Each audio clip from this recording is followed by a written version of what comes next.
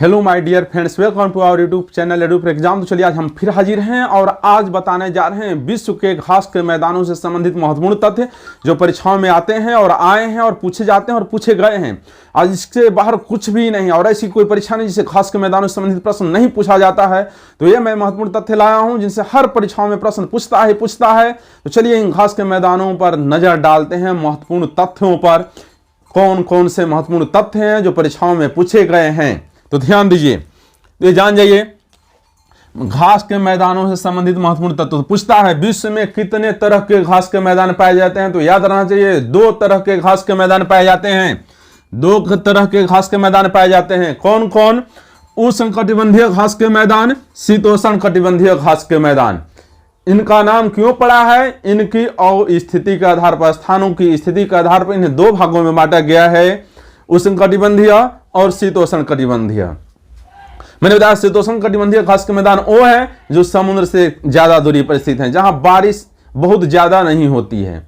अब ध्यान दीजिए, पूछता है सबसे लंबा घास का मैदान बताइए। सवाना। सबसे लंबा घास का मैदान सवाना। सवाना कहां पर है? पूर्वी अफ्रीका, हाँ, ब्राजील, कोलंबिया,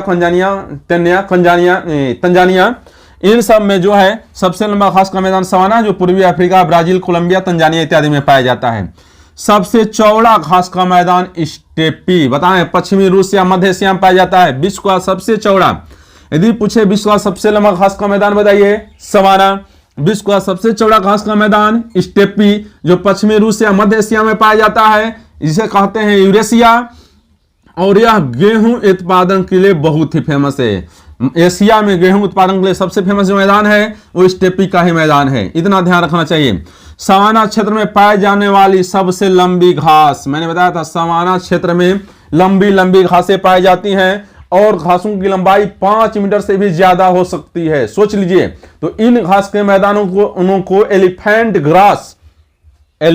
ग्रास या हाथी घास भी कहते हैं। तो जानिए हाथी घास कहां पाई जाती है? तो सवाना क्षेत्र में पाए जाने वाली लंबी घास को हाथी घास, एलिफेंट ग्रास कहते हैं। इसकी लंबाई कितनी होती है? 5 मीटर या 5 मीटर से अधिक भी हो सकती है।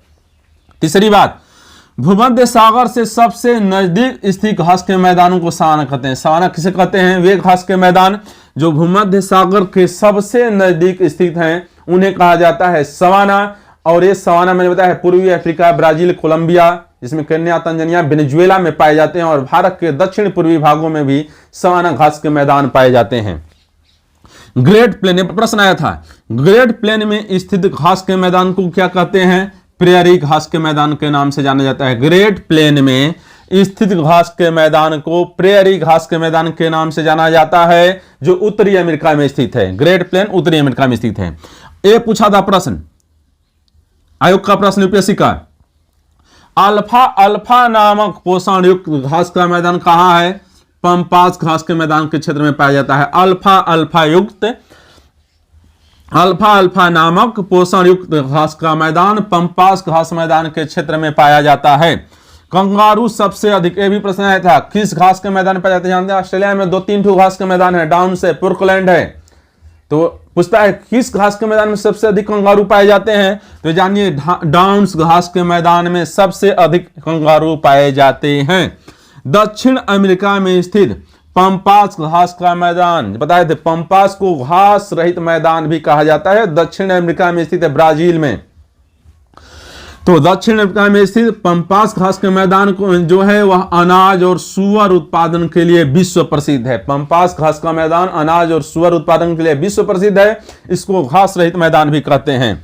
दुनिया की रोटी का टोकरी, bread basket of the world, किस घास के मैदान को कहा जाता है? बहुत बार हर परीक्षा में प्रश्न आया है। Bread basket of the world किस घास के मैदान को कहा जाता है? दुनिया की रोटी की टोकरी किस घास के मैदान को कहा जाता है? तो याद रहना चाहिए प्रेयरी को, प्रेयरी घास के मैदान को दुनिया की रोटी की टोकरी कहा जाता है। पूछता है कहां स्थित है? उत्तरी अमेरिका में स्थित है। यह भी ध्यान देना है, प्रेयरी घास का मैदान मक्का उत्पादन के लिए भी विश्व प्रसिद्ध है। जानिए अमेरिका विश्व में मक्का का सबसे बड़ा उत्पादक है और प्रेयरी घास का मैदान मक्का उत्पादन के लिए विश्व प्रसिद्ध है। यही नहीं, इसमें घास चरने वाले, ये पूछा था बाइसन कहां पाया जाता है? बाइसन जीव हो जो घास चरता है, यह उत्तरी अमेरिका के प्रेरी घास के मैदानों में पाया जाता है और जिसमें तथा विभिन्न प्रकार के हिरण भी पाए जाते हैं। इतना ध्यान रखना है।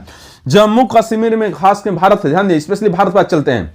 भारत में जम्मू कश्मीर में जो घास के मैदान पाए जाते हैं उन्हें मर्ग कहा जाता है, जिनमें सोनमर्ग, गुलमर्ग, आप नाम सुने होंगे, बहुत सैलानी वहां जाते हैं बर्फबारी का मजा लेने, स्केटिंग के लिए। तो जम्मू कश्मीर में घास के मैदानों को मर्ग तथा उत्तराखंड में घास के मैदानों को बुग्याल या प्रकृति के अपने उद्यान कहा जाता है। बुग्याल या प्रकृति के अपने उद्यान कहा जाता है।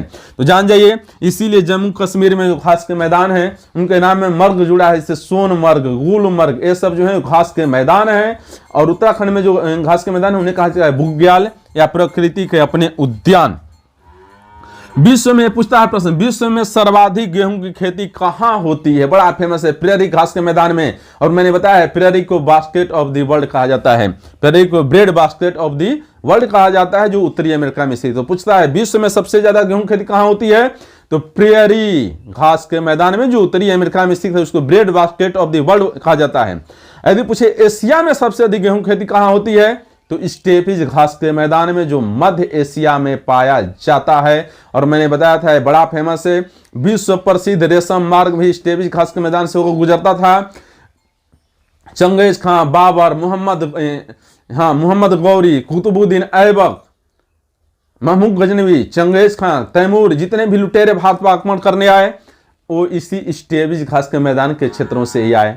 तीसरी बात, यह मैदान बौद्ध धर्म के प्रचार प्रसार के लिए भी महत्वपूर्ण केंद्र था। इसी रास्ते से होते हुए बौद्ध भिक्षु दुनिया के विभिन्न देशों में बौद्ध धर्म का प्रचार करने गए। तो ये है स्टेपी जो एशिया में पाया जाता है, प्रेरी जो है उत्तरी अमेरिका में पाया जाता है। जानिए, हिमालय के ढलानों पर मध्यम ऊंचाई वाले भागों में भी घास के मैदान पाए जाते हैं, जिन्हें कहा जाता है अल्पाइन चरागाह भूमि। मध्य भारत में हिमालय के ढलानों पर पाए जाने वाले, भारत में हिमालय के ढलानों पर मध्यम ऊंचाई वाले स्थानों पर पाए जाने वाले घास के मैदानों को अल्पाइन चरागाह भूमि के नाम से भी जाना जाता है। और ये भी याद रखना चाहिए, पूरे विश्व के 1/4 भाग पर घास के मैदान मौजूद हैं। और अंटार्कटिका ऐसा महाद्वीप है जहां कोई घास का मैदान नहीं पाया जाता है। घास के मैदान अन्य महाद्वीपों में पाए जाते हैं, अंटार्कटिका को छोड़कर। घास का मैदान किसे कहते हैं?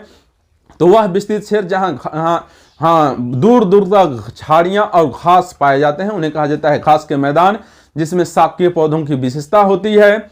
और तीसरी बात, ये घास के मैदान सिर्फ नहीं, बहुत उपजाऊ होते हैं। और सारे घास के मैदान चरागाह ने जिन क्षेत्रों में, घास के मैदान के जिन क्षेत्रों में गेहूं में मवेशी चराए जाते हैं उन्हीं क्षेत्रों को कहा जाता है मिड-डे चरागाह, अन्यथा इनमें पैदावार बहुत ज्यादा होती है। तो मैं समझता हूं अब इससे महत्वपूर्ण तथ्य समझ में आ गए होंगे जो परीक्षा में आए हुए हैं और पूछे जाते हैं।